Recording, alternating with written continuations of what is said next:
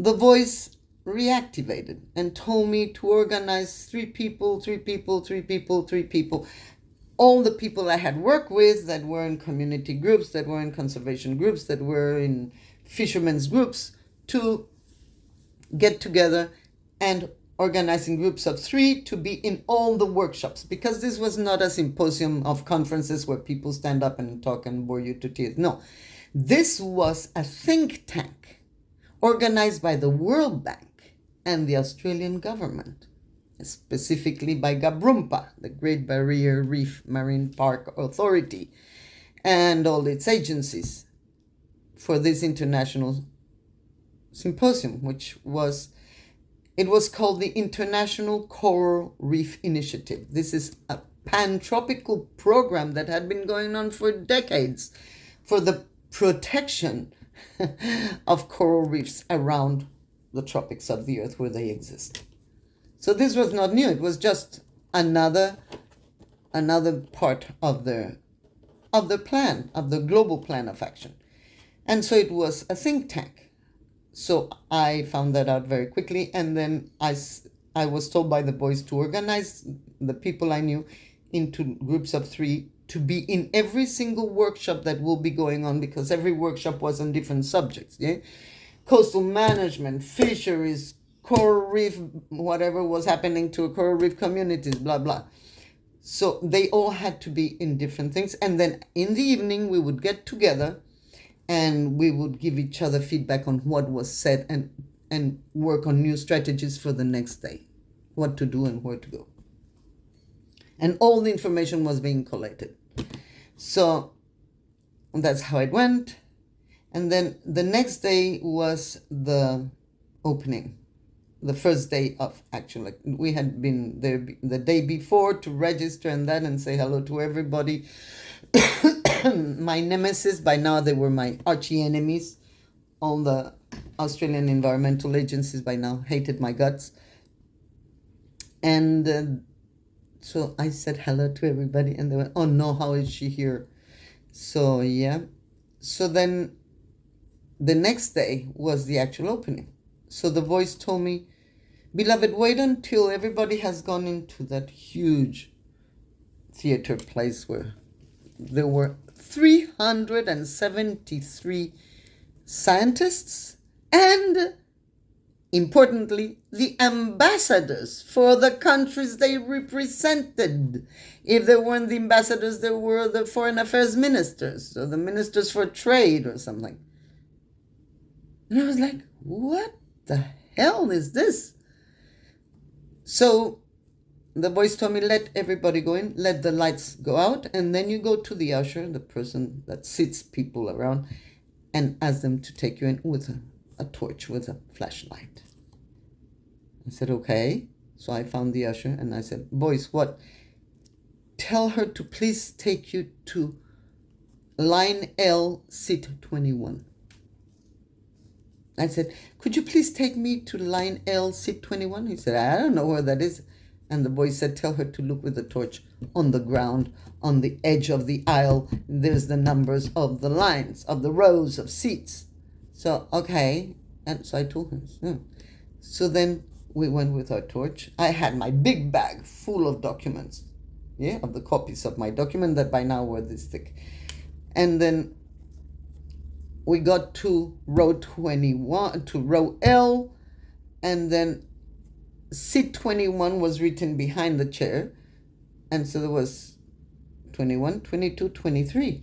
So on the aisle was a guy sitting dressed in white, looking very tropical, with what we call una guayabera, a white shirt that is very tropical, with white pants, white shoes, and his white hat was sitting on his lap. And I went, And then next to him was another older man, and then there was the free seat. So I was told, that's your seat. So I said, excuse me, and I just got on through them with my bulk, and then dropped my papers on the ground in front of me and sat there, and I looked at this guy in the corner. I said, I know that guy, but I've spoken to thousands of people, especially in the last 8 months.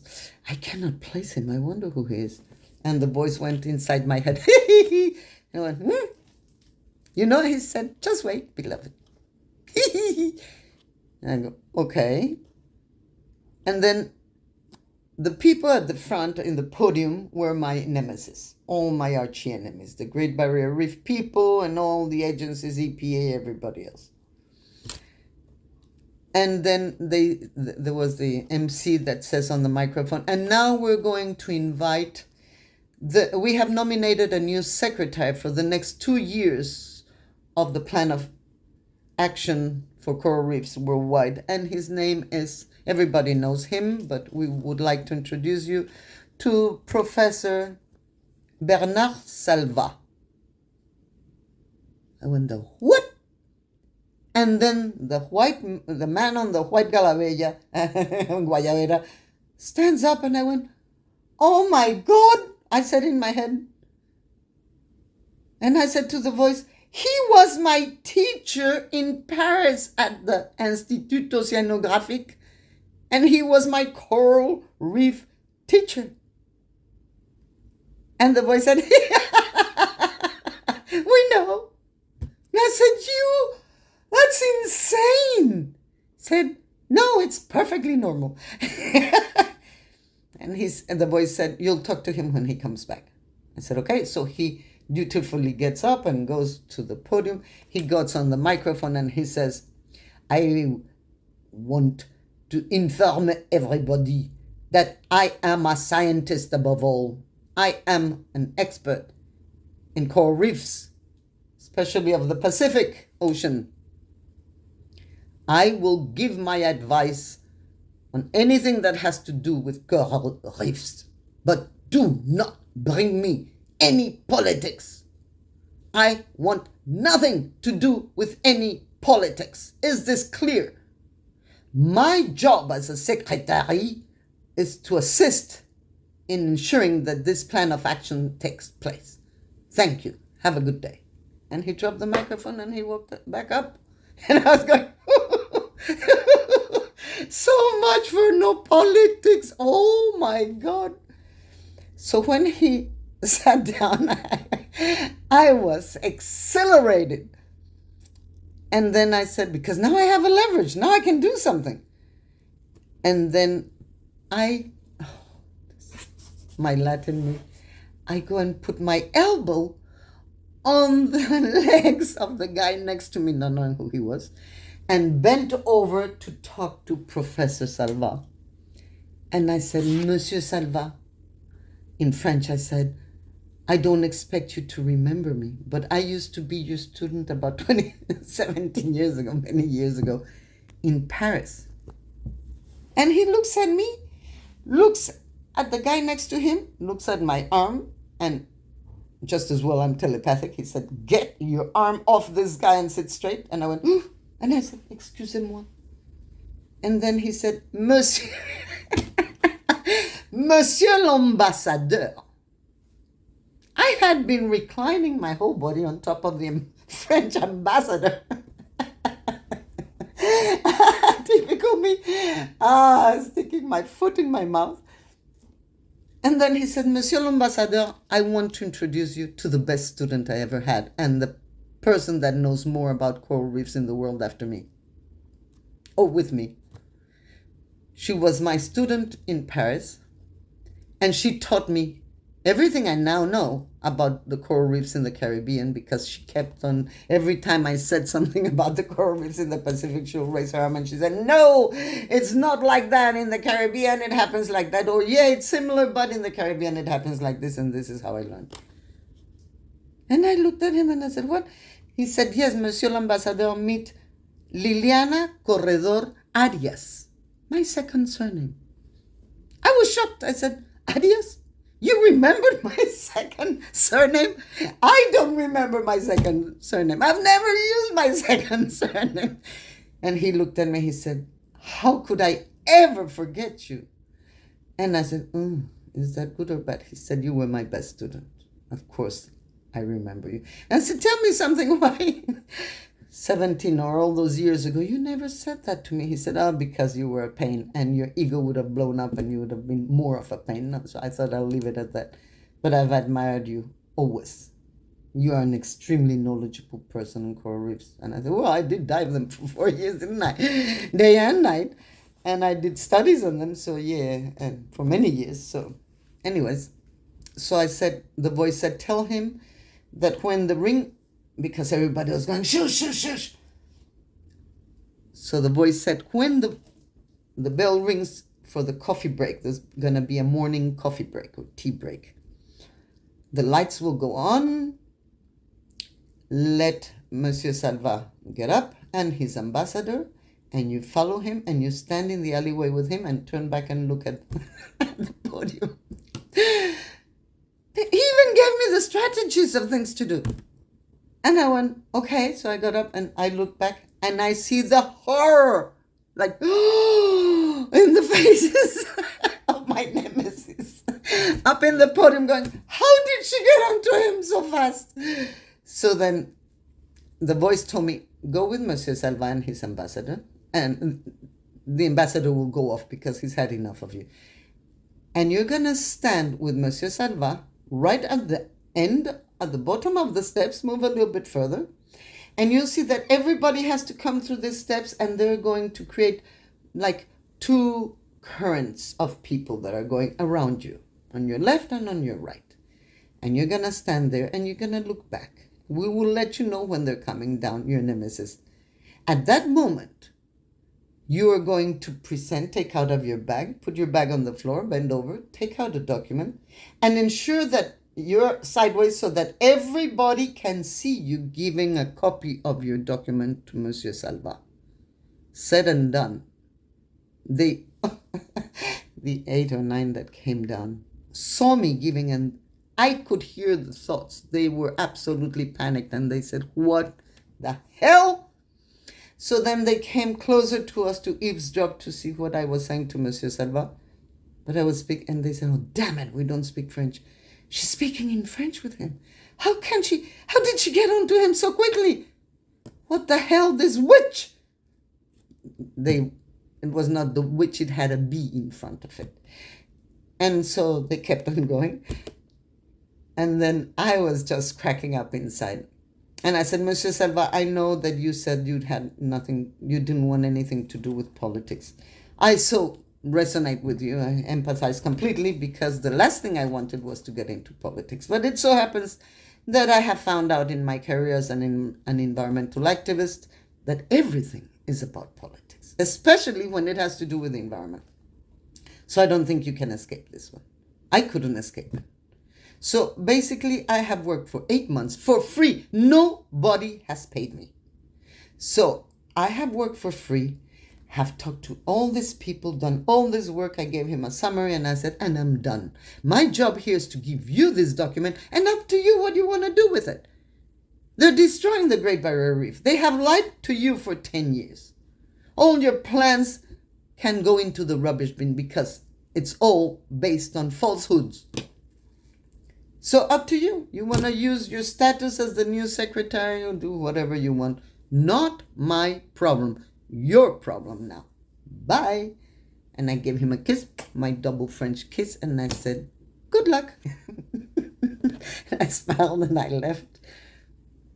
Then Monsieur Salva disappeared for the next 4 days of the symposium. He was nowhere to be seen. Everybody, where's Salva? Where's Salva? Nowhere. Nobody knows. Nobody knows. Some people said, oh, he's at his hotel or something. So anyway, during those 4 days, I yelled and cried and was furious and debunked all this rubbish that the Australian people were saying about the Great Barrier Reef. And I plotted with my friends, environmentalists and social workers, defendants of human rights. And on the 5th day, by the end of the 4th day, I had nearly no voice. I had been screaming and ranting at every workshop and that. Anyway, then comes on the 4th day of the symposium, there's the dinner. Let me go. One moment. Let me backtrack. On the third day, I had the emissary, the guy that the representative of the New Zealand group that came to me. He said, Lilliana, know that we admire you deeply. What you are doing is an amazing job. We got a copy of your study and it is fantastic, but it opened a can of worms. Well, I should say a nest of vipers. He said, I want to advise you. I just came last night. We had a private, closed doors, little group of Australian and New Zealanders. And in that meeting, they were asking the Aboriginal, and the World Bank was asking the Australian agencies to break you. I said, The what? He said, yep, they asked the Australian government to find out which bank did you have an account with, and whether if you owned a house or if you had a loan on a house, to withdraw the loan, confiscate the house. If you have a loan on a car, to break the contract and confiscate your car. Basically, they're out to get you, to destroy you. It's more, they also started a new campaign of a smearing campaign, a campaign of vilification about you, telling everybody that nobody knows you. Nobody knows where did this supposed Dr. Corredor came from. Don't believe anything she does. She's just a stir. Anyway, we know that in Colombia they forge diplomas. So there's no proof of the authenticity of her so-called diplomas as a scientist. So dismiss her and pass the voice around that she's an imposter, that her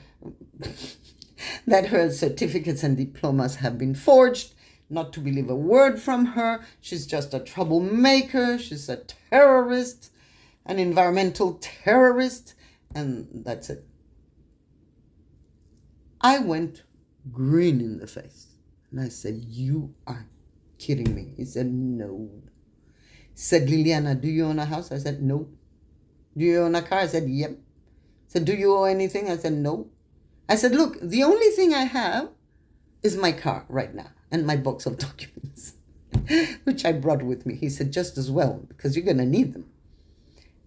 And I said, oh, I own nothing. I've been working for free for years as an environmental educator, going around the planet educating people, trying to protect my beloved water ecosystems. And I've been working on this for 8 months for free. And people just help me here and there. And that's how I get along. And then he says, okay, so you have your documents with you? I said, yes. He said, tomorrow morning, go to the photocopy office and tell them that I gave them the order to please photocopy these documents for you. And to make so many copies and to keep them for me. Some of them. And I want you to take some of the copies, tell them to bind them. And in the afternoon, you take them and I want you to give them to the Swedish, to the French government, to the this, that, and the other. These groups must have the whole compendium of the documents of your certificates that testify that these are originals. I said, okay. And so I did that. And that evening was the fourth night, and it was the Last Supper. And then Professor Bernard Salva returned from the dead, looking like a zombie, like he had literally just returned from the dead. He had big black rings under his eyes. He looked absolutely exhausted and stressed out of his mind. And I saw him, I said, Monsieur Salva. He said, Lilliana. I went, what? He said, God damn it. You have put me in the biggest problem of my entire life and career. I said, me? Little me? Why? He said, because you opened a can of worms. You opened an international scandal that puts back all the plans of the International Coral Reef Initiative back by 10 years. I said, little me? Said, little you? No, little you. And I said, is that bad? Said, bad? It's worse. The host country that is blamed for that corruption is Australia, where we're at now. Yeah, it is a problem. Diplomatically, my ambassador doesn't know what to do. That's why we brought ambassadors. Because the politics of this are enormous. You have no idea how complex this is. I said, and I don't want to know. And he said, you put me in a pickle, but I have to speak up. As you said, if I love my coral reefs enough, I'm going to have to put my feet into the political quagmire of rubbish. And I said, good luck. And he said, and one more thing. I said, what? He said, I want to congratulate you. This was an amazing analysis that you did. I loved it that you would point out what were the problems and immediately gave the solutions to each one. You are amazing. What I don't understand is, you said that you did this in 8 months? And I said, well, actually 3 months. He said, the what? I do this state of the environment reports all the time. I pay a team of 5 to 7 people, and it takes us 2 years to build something like that. How did you do it in 3 months, 8 months? And I said, I had a lot of help. Let's leave it at that. I couldn't say, a voice told me. Could I? So, okay, let's leave it at that. He said, well, I want to congratulate you. And I want you to know why I disappeared for 4 days. Because I asked for each and every document that you cited in your bibliography, in your references, I asked for it. And I went through every document with a fine comb to the page you quoted and referred to. And I double-checked absolutely every word and every comment that you had made. All new analysis I went through with a fine comb. And I said, And he said, fantastic. I couldn't find one single mistake. I cannot believe it. Who are you? How come you're doing this for free? And I said, because nobody wants to employ me and pay me. And after this, probably less. And then he said, well, so that you know too, I spoke to your thesis supervisor. I said, which one, George or Kim? He said, I rang La Trobe University because I had to make sure that I did get the little smears that you were not real. So I called La Trobe University. I spoke to your thesis advisor, to Kimming, to Professor Kimming, and he gave me the best references I could possibly have imagined. He said that you were the best student he had ever had, and the department had ever had, and that you passed your thesis with honors. I said, so I'm real. Why didn't they say that to me? And they said, no. Said, people come and say all these lovely things about me 10 years later, 15, 17 years later. Why not when I needed it? Said, because. He said, so I'm going to put things straight tonight at the dinner. And I went, the shit is going to hit the fan. Sorry, but that's exactly what happened. So come the dinner time, Monsieur Salvat, just as every good French would do, is you never talk business before eating first. You eat. After you eat, then you discuss any affairs. Not before. You never on an empty stomach. Comprende? Okay. So he waited until everybody had finished eating. And then he hits the table really hard. All the glasses jumped out and clattered and came down again. And he said, can I have your attention? With a very stern voice. He went red in the face and he looked furious. And I was sitting next to him and I went, oh my God, because he told me, you sit next to me. And I said, oh, okay. I obey. And when he hit the table, that all the glasses jumped up and he had the attention of everybody, I hear the voice, except there was not a voice. It was a chorus of voices laughing. Very merry. They thought it was very funny. And I said, they? Yeah, we're one, but there's a lot of us here. Okay. And then Monsieur Salva, Professor Salva, goes on to tell off the Australian government and all the agencies. And he said, you may wonder where I was for the last 4 days. And he told them everything he had told me. I have gone through a fine comb, counter-check, blah, blah. She has done that. Dr. Corredor has done the most amazing work for you for free. And yet, I hear this smearing and vilification campaign about her, trying to pretend that she is a false, and that all her diplomas have been forged and that she's not a real scientist. Excuse me. Besides having done an impeccable work through her analysis and in this study that she presented, and all of you have copies, which I suggest the Australian government reads, because clearly you have not read it, because if you had, you would be paying her $250,000 a year, which is the least you could do to honor this amazing woman and an amazing scientist. So I want to make something very clear.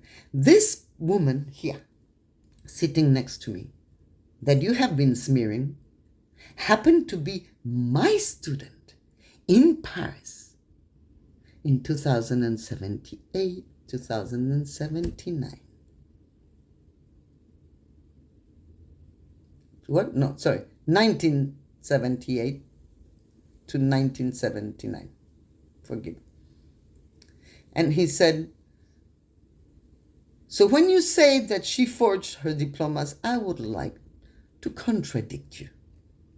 Not only was she my student, and she taught me more, she knows more about coral reefs in the Caribbean Sea than any of you put together. She taught me about coral reefs in the Caribbean. I taught her about coral reefs in the Pacific and the Indian Ocean. She taught me about the coral reefs and their ecology and everything in the Caribbean. So please do not dismiss her knowledge. She knows more about coral reefs than all of you put together.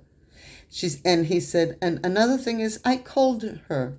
I spoke to her thesis advisor for her doctoral thesis. And he said what I just said before, that she was the best student they ever had, and that she finished her doctoral thesis with honors. So I would like you to have the courage, the guts, to apologize to Dr. Corredor for vilifying her, for smearing her, and for not honoring the amazing work that she has done. So this puts us in a very bad situation, because 10 years of research that has been followed, the 10 years of lies by the Australian government, have gone to waste. We have to start from zero. It's no point here blaming the Australian government or this agency or that agency, whatever. It's done. It's wrecked. So let's just put it to rest and start again from a point of honesty and truthfulness in reporting science research results. Is that clear? This is what we're going to do for my next 2 years in office as your secretary. We start from scratch, from where Dr. Corredor set the foundations. And then everybody went pale. Oh, there was not a sound in the room. I mean, there was 370 something people in there. And everybody was like, what the F? He had thrown a huge bomb. And then this Australian guy, my archie enemy, my nemesis, he was the most horrible of them all. Very tall Australian guy. He used to be based in Thailand. He got up and he said, okay, Monsieur Salva, if this is true, if Australia has happened to hide an important document for 10 years and all the research has gone to waste, and clearly we are a very corrupt government, would the very knowledgeable Dr. Corredor, in your opinion, please explain to all of us why the hell would the Australian government jeopardize its reputation globally and hide such an important study Would you please give us one reason to convince us why this happened? And I went, ooh, and I go, voice, help here. Indeed, besides corruption, what other reason was there? And the voice said, greed, beloved, greed, dishonesty. And he said, look at this sign that we're putting in your forehead. Can you see it? I said, yeah. He said, it's like a golden sign of those that you see on the highways that said there's been a traffic jam for the next 5 kilometers, one of those. So he put one big sign in front of my face. And he said, read the number in it. It was a very long number, full of numbers, with dots and commas. And so he said, just read it aloud and ask him if this would be a good enough reason. So I said, Mr. Such and Such. I'm not looking at him, I'm looking at the sign. I said, now what was the number? 23 billion, 874,000,000, I don't know how many millions, whatever. And I gave the whole number, and 83 cents. Would be a good reason to protect your tourist industry, because this is what your tourist industry is worth. And do you really think that by lying and allowing the Great Barrier Reef to be wrecked, you're going to protect your tourist industry? Are you mad? It is by protecting your Great Barrier Reef, doing everything in your power to improve coastal management and improve fisheries and and stop the traffic of big oil ships and tankers around the Great Barrier Reef. It's by protecting the Great Barrier Reef that you will protect your investment and your profits. The guy just slipped underneath the table, and then the exodus started. The people next to me in a big table were all the Pacific Islanders. Mostly women are the matriarchs that ran the show in the Pacific Islands. They got up all at the same time. They looked at the Australian table and they said, we will never trust you again. So much for helping us. And they walked out. Then the other table next to us was all the Latin Americans, all my friends. By now I was friends after 5 days with all of them. And they all got up and they said, shame on you, Australia. Shame on you.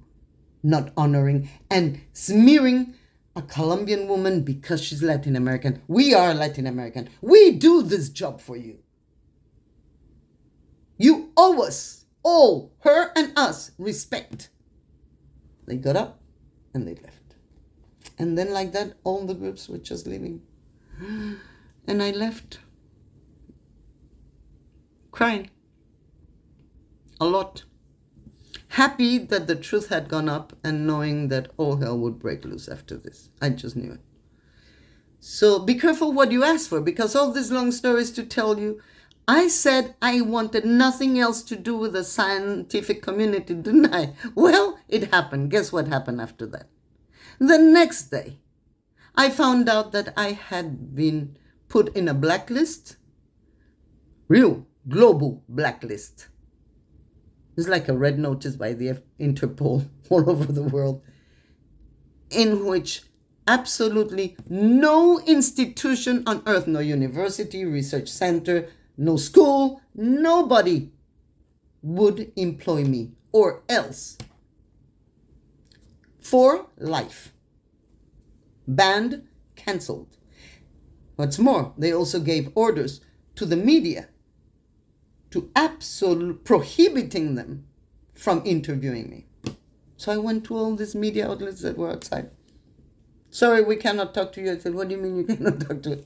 No, the Australian government gave us order that nobody should talk to Dr. Lilliana Corredor. I said, seriously? It was like a veil lifted from, and I realized that I was Delilah throwing little rocks at Samson. And then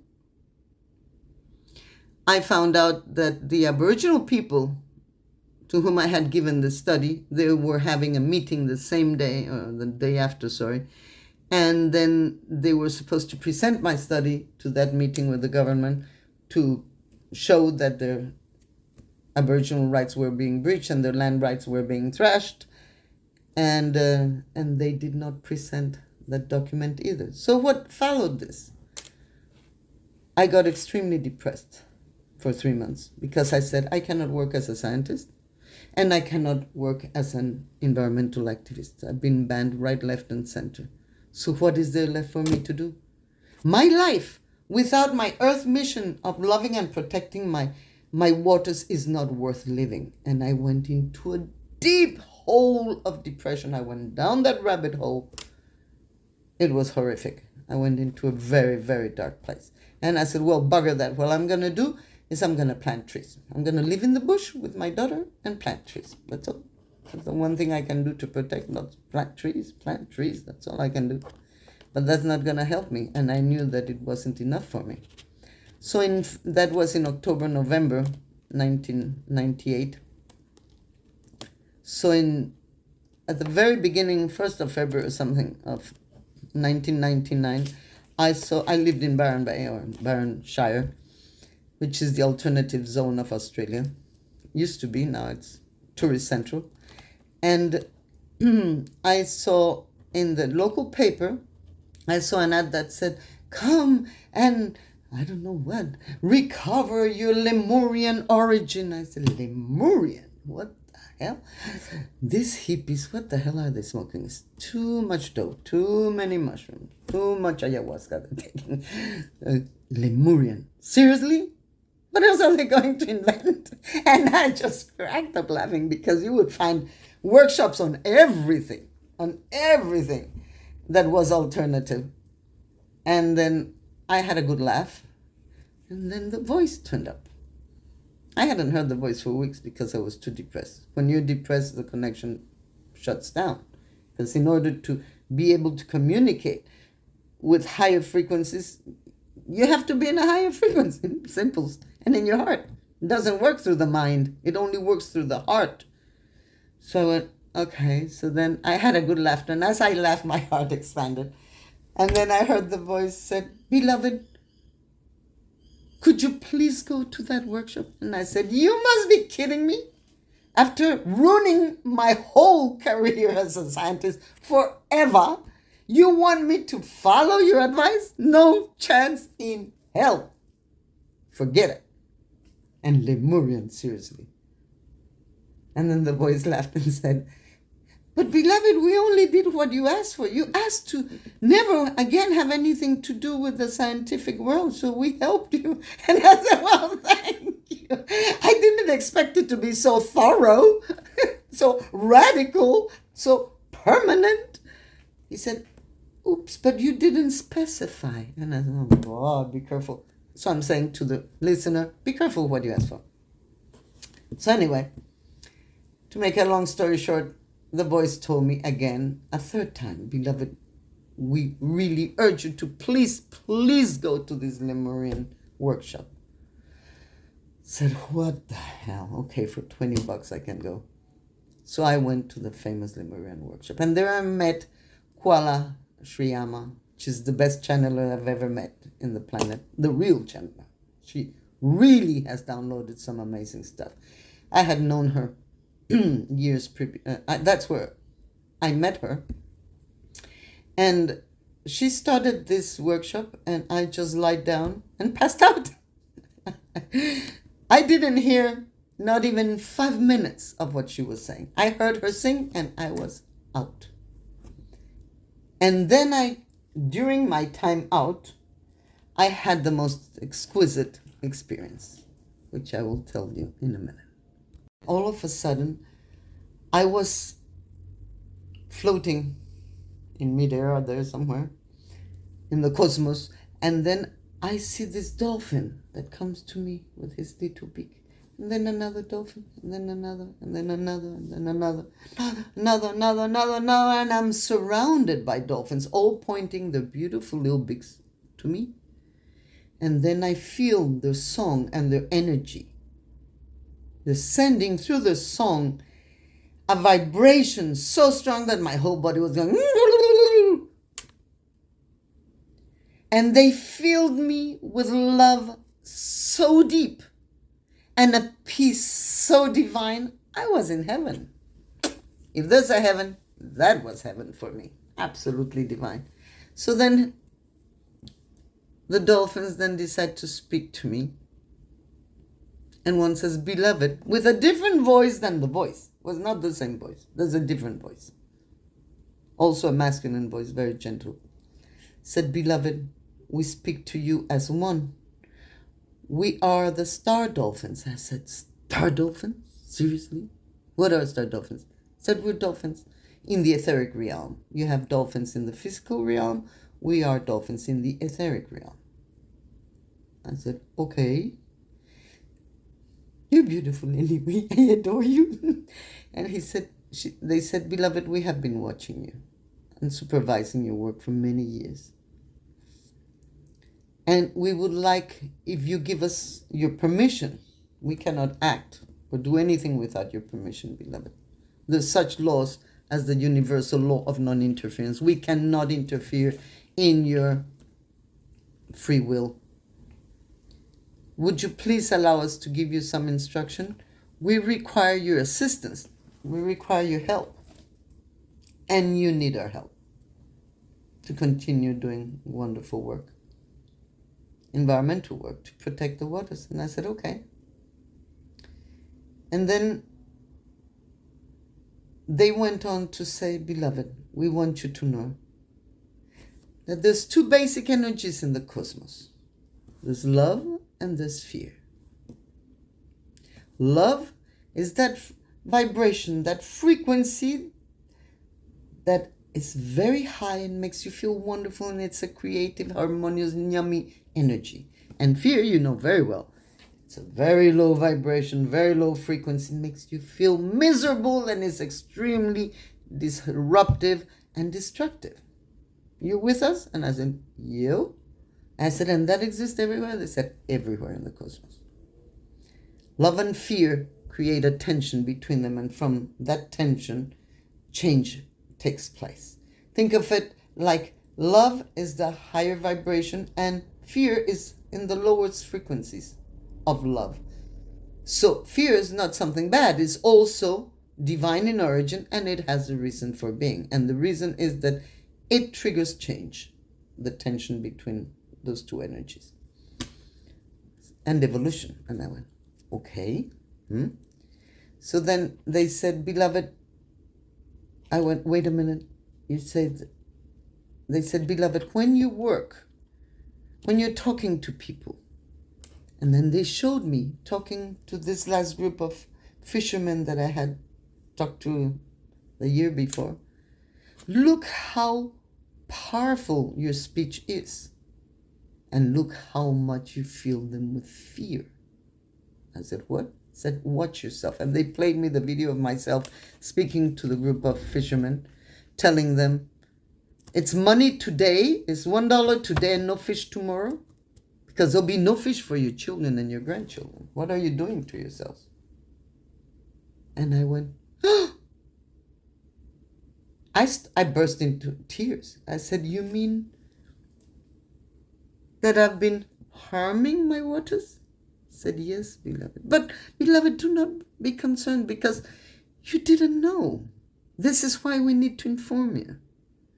And this is why what we're telling you, we're going to ask you, beloved, if you would please be so kind as to share with your fellow planetary beings. That's when I knew that my mind wasn't making this up, because there's no chance in hell. I would have never thought of other humans like my fellow planetary beings. I couldn't make it up. That was for a fact. So I said, okay. And they said, especially your environmental friends, your environmental activists. Because understand, beloved, that love is anchored and carried in the water. The physical waters, in your bodies, in your planet, everywhere, in the physical realm, and water in the etheric realm. So when you anchor fear, you're anchoring it into your planet and bringing down the vibration and the frequency, and it harms everything that exists. In fact, humanity's collective accumulation of collective discord by humanity creates energetic pollution that is 1,000-fold more damaging than the physical pollution that you're creating to your atmosphere and to your planet. It robs the life force. Water is life. And the low vibration of fear robs the waters, your bodies, everything that exists on earth is water-based, robs them of the vital energy that water provides, which is love. Do you understand, beloveds?